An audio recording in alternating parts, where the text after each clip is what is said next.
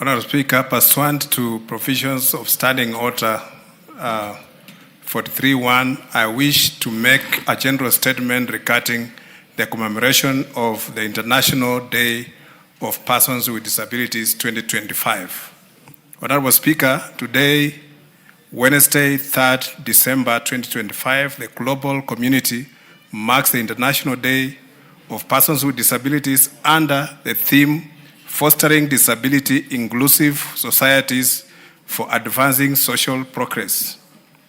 On this auspicious day, the Kenya Disability Parliamentary Association, KEDIPA, is pleased to join persons with disabilities, caregivers, organizations of persons with disabilities, and partners across the country and the world at large in affirming our shared commitment to building an inclusive, accessible, and just society for all.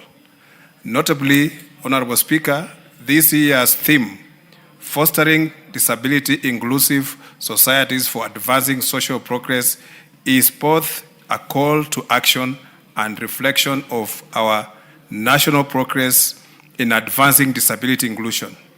An inclusive society is the foundation upon which genuine social and economic development is built.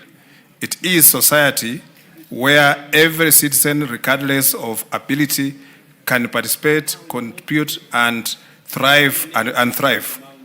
For the case of Kenya, this vision has been greatly advanced through the recent passage of the Persons with Disabilities Act 2025, a landmark legislation that modernizes and evolves our national disability framework and aligns it with the Constitution and the United Nations Convention on the Rights of Persons with Disabilities.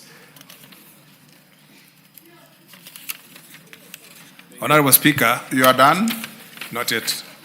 Honourable Speaker, as KEDIPA, we proudly laud the steadfast leadership of Parliament in championing, shaping, and passing this transformative act. The commitment demonstrated by members of Parliament, both in national and the Senate, affirms Kenya's dedication to equal rights, dignity, and expanded opportunities for persons with disabilities. The Act is now in its initial phase of implementation, ushering in a renewed era of accessibility, inclusive governance and social protection, equity in employment, political participation, and strengthened institutions' accountability.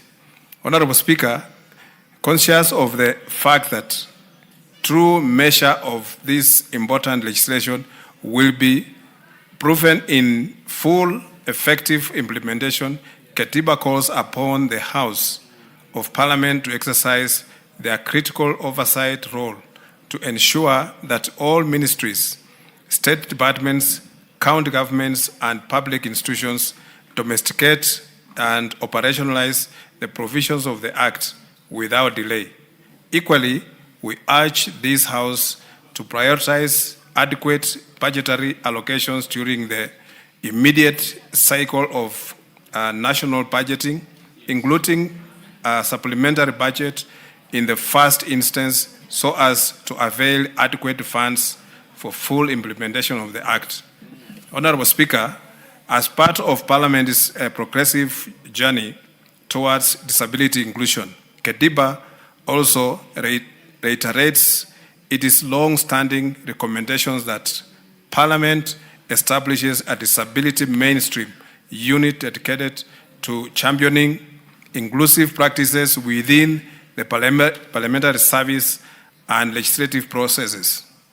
Among other benefits, such a committee will ensure full accessibility to parliamentary precincts and marshalling disability responsive lawmaking across all sectors, championing systematic inclusion of persons with disabilities in parliamentary programs, employment, and public participation, and strengthening monitoring and reporting accountability mechanisms for disability rights of the national and county levels.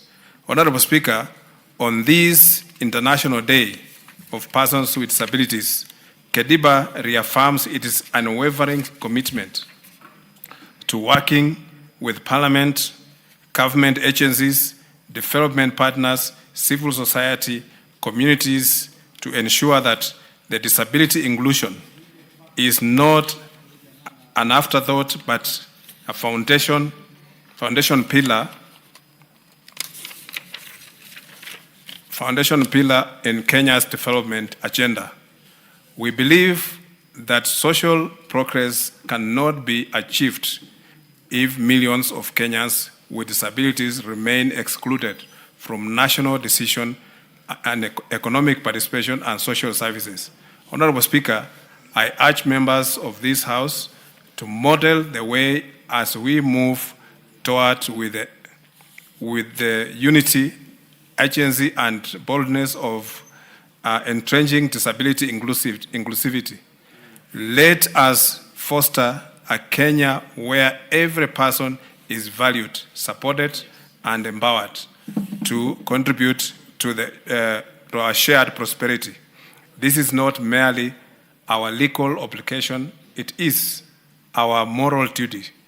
Today, together, we can and must build a society where inclusion defines our politics, our development, and our national identity. I thank you, Honorable Speaker.